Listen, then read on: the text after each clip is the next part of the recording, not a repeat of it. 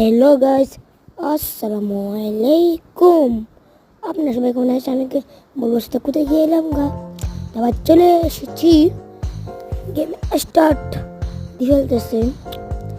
আমি গেমটিতে স্টার্ট দিচ্ছি। Game start দেবো এখন আমি 1 2 3 ঠিক আছে। ঠিক আছে, এখন আমরা ওকে মারি দেবো। দেখা দিচ্ছি ভাই, এদেরকে দেখাতে হইব।